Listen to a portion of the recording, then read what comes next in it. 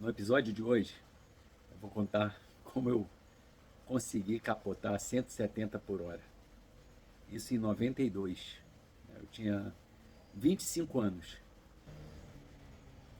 E dentro dessa história, eu quero passar para vocês e para você, filha, vários ensinamentos, o que eu tirei desse, dessa tragédia, né? Porque, apesar de todos terem sobrevivido, um amigo nosso ficou sequelado, ele teve perda de massa cefálica e deixou de ser a mesma pessoa. Então eu não tenho mais contato com ele. Aliás, desse grupo eu tenho contato com pouquíssimas pessoas, porque eram 6 no carro. E eu não estava dirigindo, eu estava de carona. Mas eu não tiro a minha participação, eu não tiro a minha culpa nessa história. Como eu já contei nos outros vídeos, a minha autoestima era baixíssima, né? Então eu não tinha amor próprio. Eu levava uma vida assim completamente inconsequente, né? Por um lado, né, a minha baixa autoestima me levou a ter uma garra muito grande para trabalhar, né? Eu tinha aquela falsa ilusão que eu ia gostar de mim se eu ficasse rico, se eu prosperasse, né? A questão do ego, né? De você, não, eu me sinto um merda, mas quando eu for rico as pessoas vão me admirar, quando eu tiver dinheiro, quando eu tiver um carrão, as pessoas vão gostar de mim. E isso daí não significa nada. Não significa nada. Graças a Deus, no decorrer da minha vida, eu fui vendo soluções melhores para melhorar a minha autoestima, né? Que tem muito a ver com o altruísmo, muito a ver com a sua correção, você olhar e sentir orgulho da pessoa que você é. Mas esse é um outro ponto, né? Voltando ao acidente, isso aconteceu em 92. Eu estava saindo de uma festa no Recreio dos Bandeirantes, que é um bairro afastado do Rio de Janeiro, né? Naquela época, a Avenida das Américas, que liga o Recreio dos Bandeirantes à zona sul do Rio,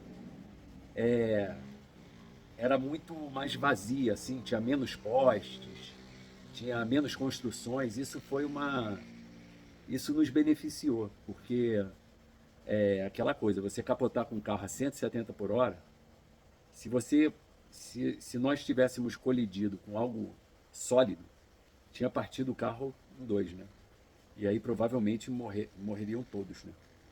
A nossa sorte é que ele capotou, segundo as testemunhas, né? Ele capotou 8 vezes. Então com isso ele foi perdendo a velocidade até que ele bateu numa árvore e aí esse rapaz que ficou mais prejudicado, ele estava do meu lado, né? E tem até uma reflexão também para fazer, porque seria o meu lugar, né? Ele sentou no lugar que seria o meu. Pensem em seis jovens completamente bêbados, né? Por isso que eu não tiro a minha participação, não tiro a minha culpa, porque entre todos eu era o único que eu estava pedindo para o motorista diminuir. Só que eu tenho plena consciência que se eu tivesse sóbrio, primeiro eu não entraria naquele carro, né? Já começaria, haveria uma possibilidade muito grande de eu não entrar. Mas isso, né, tem ligação com a minha baixa autoestima, né, da época. Então, assim, como eu estava pouco me lixando para as coisas, aí eu, querendo viver perigosamente mesmo, que era o meu estilo, um estilo imbecil, né? Eu espero que minha filha nunca siga por esse lado, mas eu acho que isso é uma coisa bem de homem. Né? O homem é meio imbecil mesmo. Quando ele é jovem, se ele não tem propósitos, se ele não tem sonhos saudáveis, se ele não tem uma família, se ele não teve uma criação saudável, uma criação pautada no amor, e geralmente o homem fica muito destemido, entre aspas, né? Que na verdade é um idiota, né? Ficar colocando a própria vida em risco e a vida de outras pessoas também, né? Então, eu não tiro a minha responsabilidade nesse acidente, não. Porque, como eu estava falando, eu provavelmente, se eu tivesse sóbrio, eu não teria entrado no carro. E se eu tivesse entrado no carro, eu. Porque eu estava pedindo para diminuir a velocidade. Só que eu não fui incisivo, né? Enquanto os outros estavam pedindo para que o motorista acelerasse, né? Mas se eu tivesse sóbrio, eu acho que eu bateria no ombro do cara e ia falar, meu amigo, então para aqui que eu vou saltar. E isso eu não fiz. Então, assim, eu tive participação. E aí, com isso, né, o, o motorista perdeu o controle da direção e o carro capotou, né, 8 vezes. E a primeira pessoa que prestou socorros, porque era assim, domingo, né, a noite de sábado para domingo, e era domingo por volta das 5 horas da manhã, né? E aí foi um médico que desceu do apartamento dele, porque viu que o acidente tinha sido muito grave.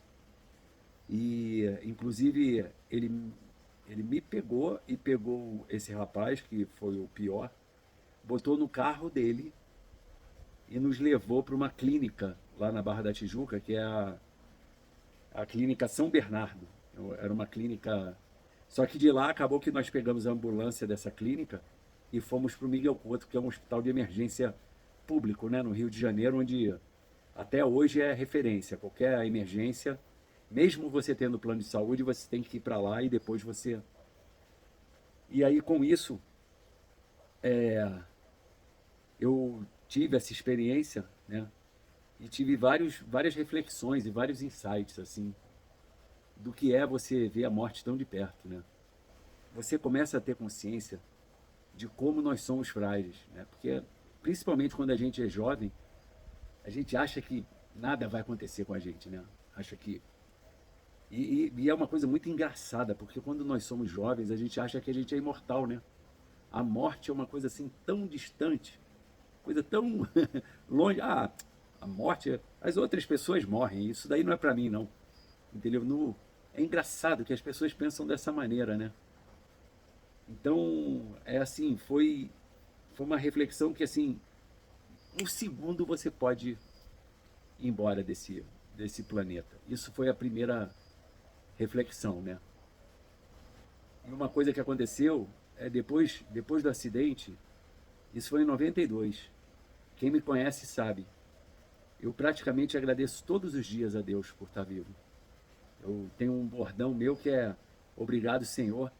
Geralmente quando eu tô com fome, vou comer, aí eu falo um obrigado, Senhor, ou então quando eu estou me sentindo tranquilo. Mas de lá para cá, todos os dias eu agradeço, porque é muito. A vida pode mudar de uma maneira muito rápida. Aí voltando ao acidente, porque o motorista e o carona da frente, eles colocaram o cinto um pouco antes do acidente acontecer. Agora, quem estava atrás foi assim, quem estava mais do lado direito do carro sofreu mais, que foi esse rapaz que teve traumatismo craniano. Depois fui eu, que quebrei a maxila em 3 lugares. Depois, do meu lado, foi um outro amigo meu, que ele foi cuspido pelo carro, provavelmente pela janela de trás, né, ou alguma janela, ele foi cuspido do carro. E o outro rapaz que estava no canto esquerdo saiu ileso. Tanto é que ele se lembra praticamente de tudo. E ele, inclusive, como o carro ficou com pedaços assim no meio dessa via, né? Ele, ele começou a acenar pedindo para que algum carro parasse, né? Para socorrer a gente. Então, na parte de trás, foi uma escala, né? Quem estava mais à direita sofreu mais e quem estava mais à esquerda sofreu menos.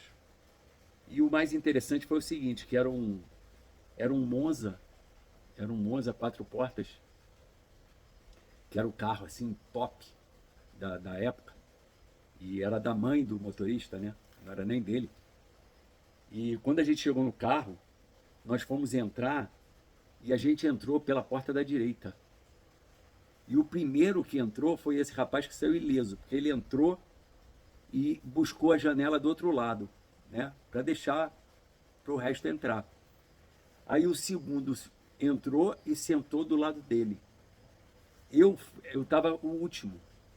E aí esse rapaz que sofreu o traumatismo craniano, se ele seguisse a ordem, ele estaria no meu lugar, né?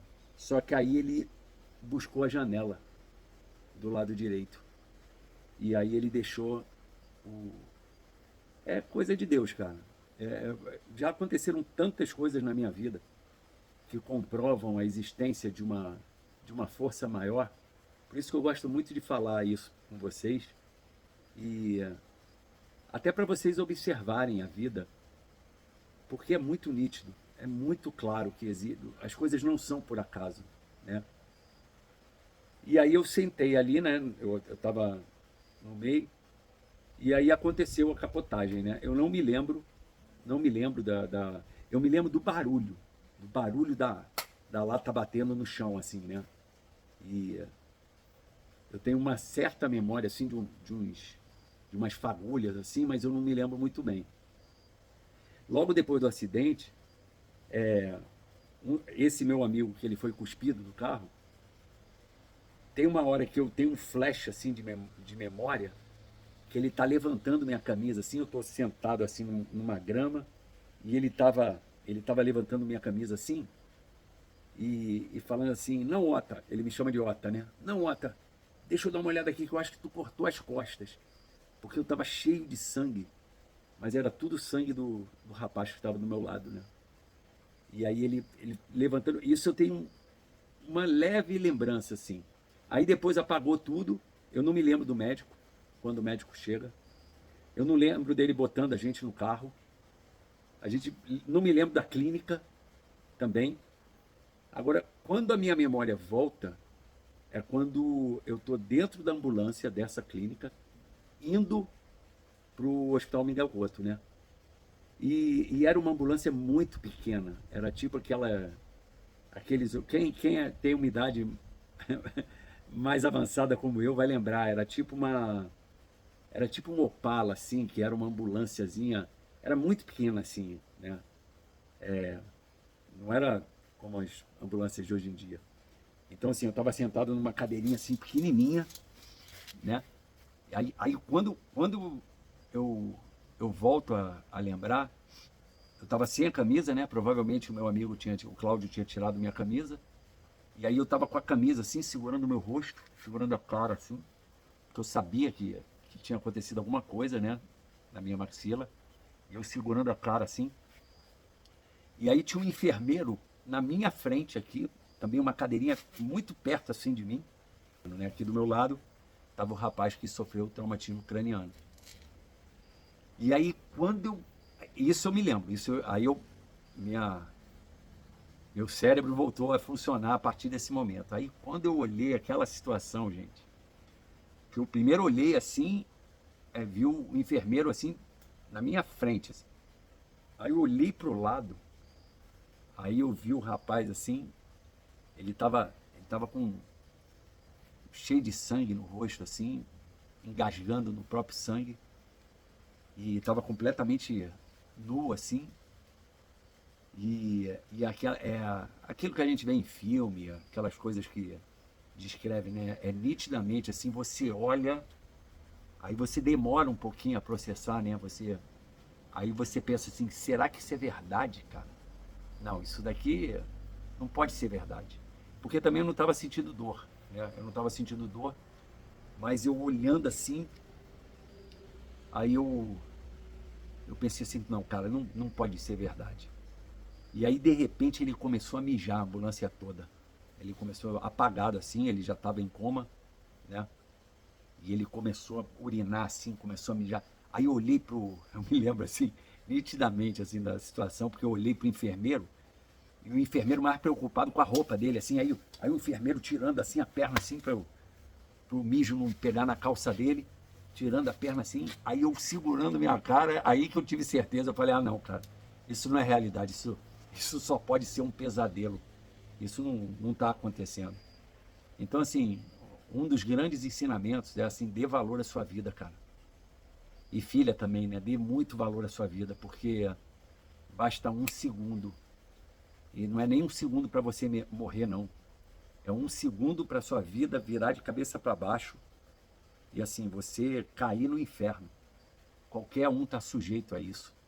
Então seja muito grato a Deus, muito grato a Deus. Se você está numa uma condição de saúde boa, se você não está sentindo dor, você já tem que ser muito grato a Deus. E aí nós chegamos lá no Miguel Couto, né? Aí aconteceu uma coisa também bastante marcante na minha vida, né? Porque nessa época o meu pai morava até muito próximo ao Santa Marta, né? Em Botafogo, que é, por sinal, a favela que depois eu fiz tantos amigos e fiz tantas... Mas aí ele não morava mais lá, né? E aí eu cheguei, né? E eu não queria dar o telefone da minha mãe, né? Para não preocupar ela. E até a hora que o médico chegou para mim e falou, garoto, você está numa situação grave. Você precisa dar o telefone de alguém. Você não pode ficar aqui no meio da coisa. Você vai ter que ser operado e você tem que ser removido daqui. Aí acabou que eu dei o telefone da minha mãe, né? Mas minha mãe ligou para ele e ele morava mais próximo, né? Porque minha mãe morava no Jardim Botânico, que é um bairro um pouquinho mais distante. Miguel Couto fica bem próximo ali da...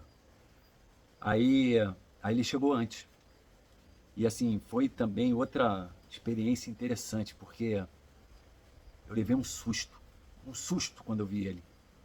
Assim, foi uma coisa natural, assim, caramba! Aí depois com o tempo, eu tive várias reflexões a respeito disso. Porra, eu estava no hospital, não sabia nem se eu ia viver. Eu sabia que eu tinha levado uma pancada muito grande na cabeça. E assim, eu poderia estar com uma hemorragia cerebral, podia estar morrendo ali. E nada mais natural de você esperar que seus pais venham, né? E você levar um susto com a presença da pessoa é que realmente ele nunca fez papel de pai, né?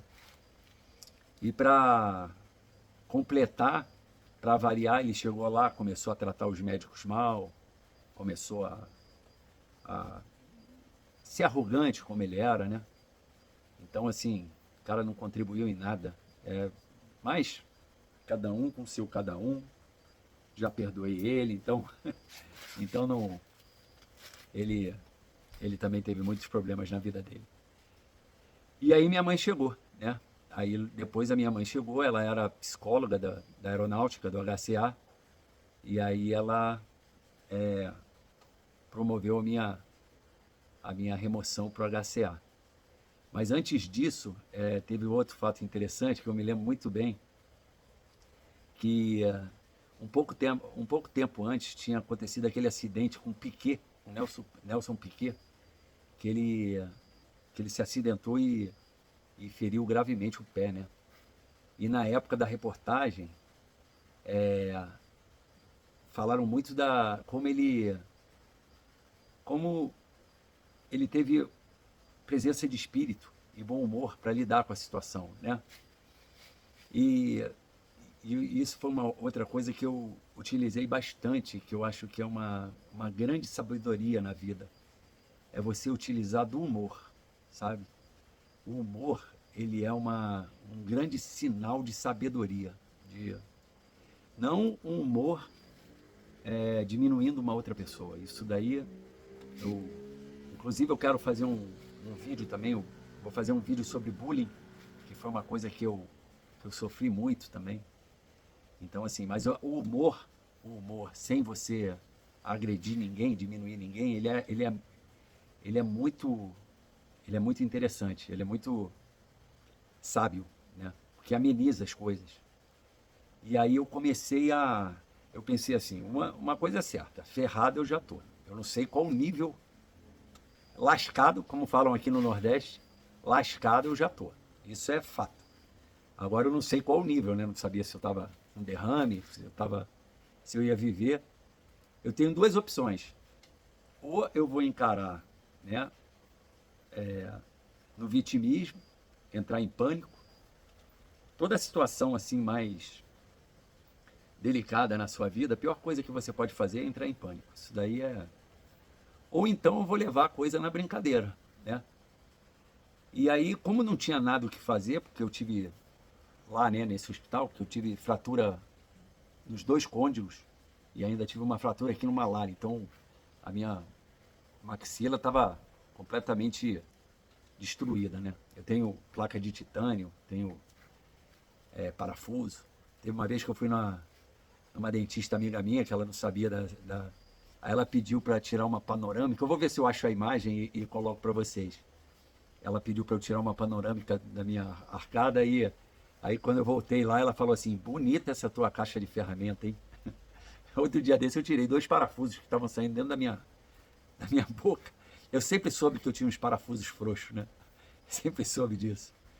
E aí eu falei, pô, vou levar coisa no humor, né? Não sei o que vai acontecer comigo, né? Então, vou. E aí quando chegou como eu não tinha o que fazer, mas eu tive uns cortes assim, cortei a orelha, cortei aqui também. Aí pelo menos veio uma pessoa para me limpar, né? E fazer a sutura, né? E aí veio uma estagiária, e ela era linda, assim. Aí eu comecei a brincar com ela. Aí falei, nossa, agora eu sei que eu morri. Pô, já estou vendo um anjo. Horrível, né?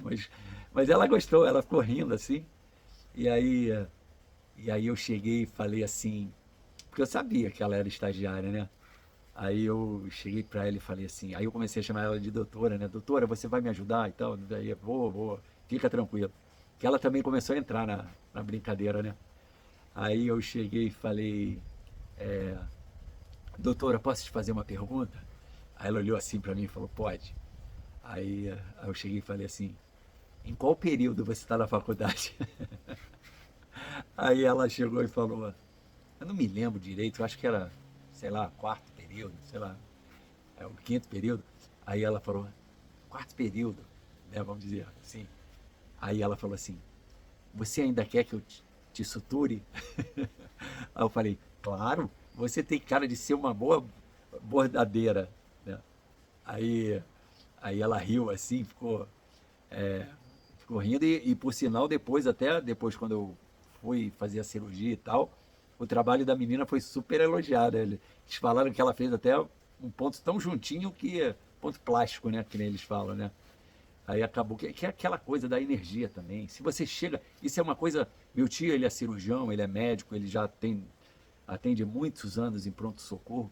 Cara, a maior besteira que a pessoa faz é chegar num pronto-socorro, né? Isso acontece muito com familiar, que, que chega com alguém grave, ou mesmo assim, e começa a destratar as pessoas. É a maior besteira que faz, porque a energia que tu dá é a energia que tu recebe, cara. Entendeu? Você tem que tratar as pessoas bem, sabe? Tem que. Isso daí é outra coisa que eu aprendi muito na minha vida. Quanto mais você está ali numa situação, você está na mão das pessoas. Você tem que. Isso é o básico, né? Você tratar os outros bem. Então, aí ela acabou de me suturar e tal. Aí eu me lembro também que eu tive um corte aqui na orelha, né? E aí chegou um gato aqui, ó. Eu me lembro que também eu tive um corte aqui na orelha. Aí ela ficou brincando comigo. Não, você não quer que eu deixe um buraquinho aqui para você botar um brinco? Eu falei, não, nunca usei brinco, doutora. Eu não curto muito, não curto muito brinco, não. Não tenho nada contra, mas não é meu estilo. Então, assim, o humor é uma grande coisa. E depois eu tive todo um processo, né? Que aí depois eu fui para o Hospital da Aeronáutica, aí fiz uma cirurgia, e depois alguns anos depois eu fiz uma outra cirurgia. Então, assim, como uma decisão errada, né, motivada por baixa autoestima, mudou toda a minha vida, né? Mas eu consegui extrair coisas boas dessa tragédia, né? Que eu estou até rindo aqui, estou falando a parte leve, mas teve um lado que foi muito triste, né? Mas Deus sabe o que faz. Tudo, nada é por acaso, né? Se aquele rapaz estava no momento dele, né, não tinha o que fazer. Era o momento dele, né? Eu, é a coisa da vida. Quando chega a sua hora, esse meu tio, que ele é cirurgião, né, de pronto-socorro e tal, ele trabalhou muitos anos no Hospital da Posse, lá em Nova Iguaçu, que sempre foi um bairro muito barra pesada do Rio de Janeiro. Então, assim, medicina de guerra, né? Ele já salvou gente, assim, estancando um ferimento de tiro no coração, assim, com o dedo da ambulância até a sala de cirurgia e para salvar a pessoa. Então, ele já viveu milhares de situações. Ele também foi resgate na Dutra. E ele fala uma coisa muito certa, Otávio. Ele é uma pessoa muito espiritualizada também. Ele é muito cristão. E ele fala assim, Otávio, quando chega a hora da pessoa, não tem jeito. Aí corrobora também com aquela questão de existe uma força superior e a gente vai no momento que tem que ir mesmo, sabe? Porque ele fala, Otávio, já atendi, atendi baleado assim com 7 tiros e a pessoa sobrevive, né? E enquanto isso a pessoa está tomando banho, escorrega na banheira, bate com a cabeça na borda e morre. Então assim, é o para finalizar, eu vou contar uma piada do paraquedismo, né? Porque o paraquedista ele gosta muito de conversar sobre morte, sobre essas coisas e essa piada tem tudo a ver com isso. Tinha um tinha tinha um homem assim da meia idade, já calvo e tal. Ele é empresário, né? Mercado financeiro. E aí ele foi numa cartomante e a cartomante falou: na sexta-feira a morte vai vir te pegar. Aí ele ficou desesperado. Aí chegou e falou assim, porra, aí ele foi conversar com um amigo, falou, porra, fiquei sabendo que sexta-feira a morte vai vir me pegar. Pô, não sei o que eu vou fazer e tal. Aí o amigo dele, pô, cara, se disfarça, cara. Porra, se disfarça, vai para um lugar que você nunca vai, se esconde, cara, que aí a morte não te encontra. Aí chegou, porra, beleza, porra, boa ideia. Aí na sexta-feira, né, ele era calvo, aí ele botou uma peruca assim gigantesca, ele só andava de terno, aí botou uma roupa toda maltrapilha, assim, sujo, até meio sujo. E aí ele foi pro pior bairro da cidade dele, entrou no pior boteco, ele só frequentava restaurantes chiques e tal. Aí ele foi para lá, ficou lá na última mesa desse boteco. E aí o tempo foi passando e ele já cheio de esperança, né? Porque já ia virar para o sábado, né? E aí ele teria se livrado da morte. Aí quando deu 5 para meia-noite, a morte entra no bar, né? Aí a morte chega pro barman, né? Chega e fala assim, me vê uma cerveja aí. Aí a morte vai, bebe uma cerveja, aí chega pro barman. Porra, eu tô desde de manhã procurando um careca e não encontro ele em lugar nenhum. Aí, de repente, ela tem uma sensação assim, aí ela olha para trás assim, vê o cara lá no final do bar. Aí ela chega pro barman e fala, ué, quer saber? Se chegar 1 para meia-noite, eu vou levar aquele doido ali, aquele mendigo ali, porque aquilo ali não deve fazer falta para ninguém. Então, assim, não adianta. A gente só vai na hora. Mas, de qualquer maneira, apesar de eu saber que existe esse lado que Deus, né, ele comanda tudo, mas existe uma coisa também chamada livre-arbítrio. Então, assim, aí agora falando para vocês e falando para você, minha filha, a gente também não pode abusar, né? Teu pai abusou muito e eu sou muito grato a Deus de estar aqui até hoje. Porque não foi só essa situação de ter capotado a 170 por hora. Tiveram outras situações que eu também vou contar que eu me arrisquei demais. Mas isso estava ligado à baixa autoestima. E como a Isabela é muito amada, né, por mim, pela mãe dela, pelos avós. Então, assim, eu estou me empenhando muito para que ela seja muito cercada de amor, para que ela se ame. Porque o problema maior, quando você não é amado, é que você acaba, isso os psicólogos falam, né? Que até, principalmente até 7 anos, se você não tiver uma estrutura familiar assim de amor, né? Se você não puder contar com as pessoas, porque como eu já falei no outro vídeo, não é a questão da presença física, é a questão de você saber que tem pessoas que te amam, que quando você precisar, elas vão estar do seu lado. Sabe aquela coisa de eu ter visto o meu pseudo pai, né? E levar um susto? É porque eu nunca contei com ele, eu nunca pude contar com ele. Inclusive no momento que eu precisei, né? Que a minha mãe acionou ele também não respondeu de uma maneira positiva. Então, assim, isso é o mais triste. Não é você estar do lado dos teus filhos o tempo todo. Não é isso. É você deixar bem claro que você cuida. Você ama os teus filhos e quando eles precisarem, você vai estar do lado deles. Entendeu? Isso é o mais importante. E a Isabela, eu já estou deixando isso muito claro. Todas as vezes que ela me liga, eu estou sempre à disposição dela, eu moro muito perto dela, né? Moro no mesmo condomínio que ela, faço questão de fazer isso, de estar muito próximo dela, para que nunca falte esse apoio emocional, que é o mais importante, né? O apoio emocional Então eu espero muito, de coração, que a Isabela se goste, que ela tenha amor próprio, e que ela não se coloque numa situação dessa, né? Não se coloque em situações, porque eu por essa minha criação, eu me coloquei em diversas situações. Eu vou contar em outros vídeos, e eu me coloquei em diversas situações que eu poderia ter. Deus foi muito bom comigo, eu agradeço muito a Deus. Então, assim, eu acho que é o meu papel eu passar isso adiante para ela e para as pessoas também, se eu puder contribuir de alguma maneira para que uma pessoa fique melhor, com um estado de espírito melhor e que reflita sobre a vida, eu já tenho minha missão cumprida. Beleza, gente? E deixe os comentários aí, passem suas críticas e vamos conversando. E em breve mais aventuras da minha vida, que foi uma vida muito conturbada, mas de muito aprendizado, né? Foi uma vida que eu costumo dizer que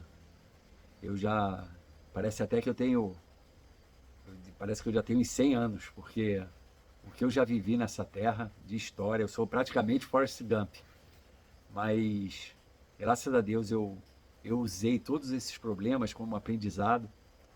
E o mais importante, eu nunca agredi ninguém, eu nunca fui mau caráter com ninguém. É óbvio que eu cometi meus erros, né?